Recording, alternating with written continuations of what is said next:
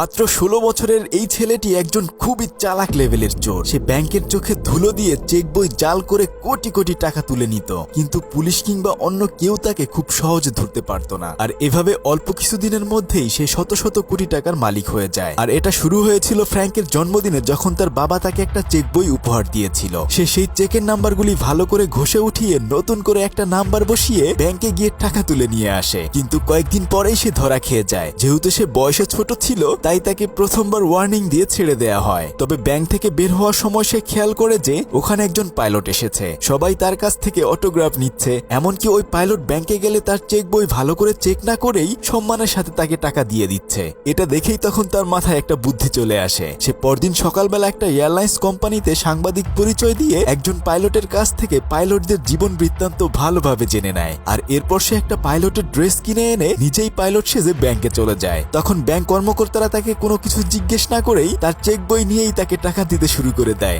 আসলে সেই সময়টাতে ব্যাংকিং সিস্টেম এখনকার মতো ডিজিটাল ছিল না। যেহেতু এখন টাকা তুলতে আর কোনো ধরনের সমস্যা নাই, তাই সে পরদিন বাসায় ফিরে এসে আরো অনেক নকল চেক বই বানিয়ে নিয়ে যায়। আর এর অল্প কিছুদিনের মধ্যেই সে ওই জাল চেক বই দিয়ে কোটি কোটি টাকা ব্যাংক থেকে তুলে নিয়ে আসে। তবে সে একদিন জানতে পারে যে পাইলটরা চাইলেই ব্যাংকে না এসে ও এয়ারপোর্ট থেকেই টাকা তুলতে পারে। তাই পরদিন সে এয়ারপোর্টে চলে যায়। ওখানে একজন রিসেপশনিস্ট তাকে দেখেই বলে, আজকে তো আপনার ফ্লোরিডার যাওয়ার কথা আছে, তাই না? তখন ফ্র্যাঙ্ক চালাকি করে বলে, হ্যাঁ আমি সেই পাইলট। এভাবেই চালাকি করে সে এখন এক দেশ থেকে আরেক দেশে ঘুরে বেড়ায়, আর প্রত্যেকটা দেশ থেকেই অনেক টাকা তুলে নিয়ে আসে। আর সে সেই টাকা দিয়ে 5 স্টার হোটেলে রাজকীয় জীবন যাপন করে। কয়েকদিনের মধ্যেই তার এই চেক জালিয়াতের কথা এফবিআই এর কাছে চলে যায়। একজন এফবিআই অফিসার তখন অনেক খোঁজাখুঁজি করে তার হোটেলের ঠিকানা পেয়ে যায়। রুমের ভেতরে এসে ওই অফিসার বলতে থাকে, ভেতরে কে আছো, হাত উঁচু করো, না হলে গুলি করে দেব। তখনই ফ্র্যাঙ্ক ওখান থেকে বের হয়ে অফিসারকে বলতে থাকে, আপনি দেরি করে ফেলেছেন। আপনি আসার আগেই আমি সেই আসামিকে ধরে ফেলেছি। আমি স্পেশাল ব্রাঞ্চ থেকে এখানে এসেছি।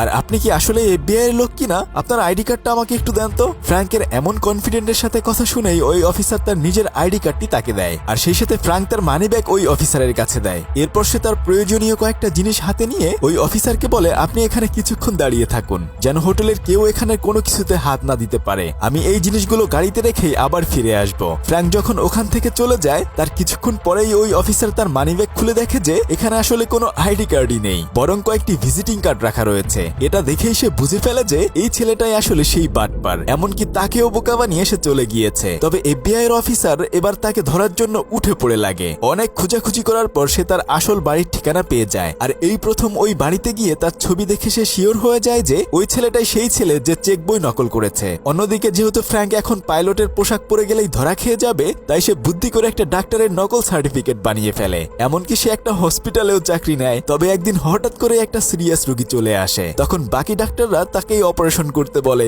সে তো এবার খুবই বিপদে পড়ে যায়। তবে সে ছিল সবচেয়ে ধাপ্পা বা চালাক একটা ছেলে। সে তখন চালাকি করে বাকি জুনিয়র ডাক্তারদেরকে বলতে থাকে, আমাদের এখন কি করা উচিত। তখন তারা মনে করে হয়তো এই বড় ডাক্তার তাদেরকে পরীক্ষা নিচ্ছে। তাদের সমস্ত কথা শুনে তখন ফ্র্যাঙ্ক তাদেরকে বলে, এসব ছোট কাজ তো তোমরাই করতে পারবে, তাহলে অপারেশনটা তোমরাই করে ফেলো। বুঝতে পারছেন কি লেভেলের বাটপার সে।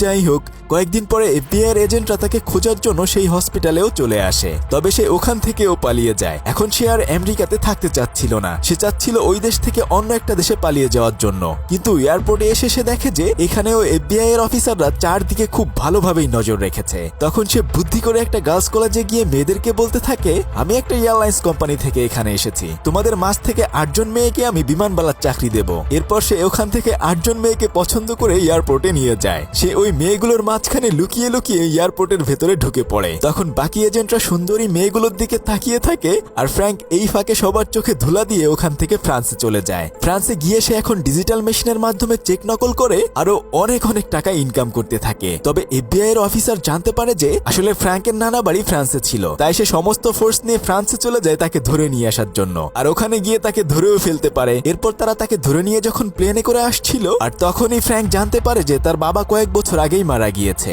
এই কথা শুনে সে বাথরুমে গিয়ে কান্না করতে থাকে। তবে অনেকক্ষণ পেরিয়ে গেলেও সে আর বাথরুম থেকে বের হয় না। তখন ওই অফিসার গিয়ে দেখতে পায় যে বাথরুমের স্ক্রু খুলে সে ওখান থেকে পালিয়ে গেছে। যখন প্লেন ল্যান্ডিং করবে, তখন ওই চাকার ওখান দিয়ে কোনো মতে সবার চোখ ফাঁকি দিয়ে সে পালিয়ে যায়। এরপর সে তার মায়ের সাথে দেখা করতে করতে গেলে দেখে যে তার মা অন্য আরেকটা বিয়ে করে নিয়েছে। আর ঠিক তখনই ওই অফিসার সমস্ত ফোর্স নিয়ে তাকে গ্রেফতার করে ফেলে। এভাবে বেশ কয়েকটা বছর পেরিয়ে যায়। একদিন ওই অফিসার একটা চেক জালিয়াতির নতুন কেস পায়, কিন্তু সে আসলে এটা বুঝতে পারছিল না। তখন ফ্র্যাঙ্ক চেক বইটা হাতে নিয়েই ফটাফট করে সবকিছু বলে দেয়। ছেলেটির এত বুদ্ধি দেখে ওই অফিসার FBI এর কাছে আবেদন করে যে তার সাজা মাফ করে দিয়ে বরং তাকে যেন চেক জালিয়াতির এই টিমেই চাকরি দেয়া হয়। আর এরপর তারা দুজন মিলে আমেরিকার প্রায় 27টি চেক জালিয়াতের মামলা সমাধান করে ফেলে। আর এভাবেই সে একজন বাটপার চোর থেকে ভালো একজন FBI এর অফিসার হয়ে যায়। আপনারও এমন ভালো কোনো ট্যালেন্ট আছে কিনা অবশ্যই ঝটপট কমেন্ট করে জানিয়ে দিন। ভালো থাকুন সবাই, আল্লাহ হাফেজ।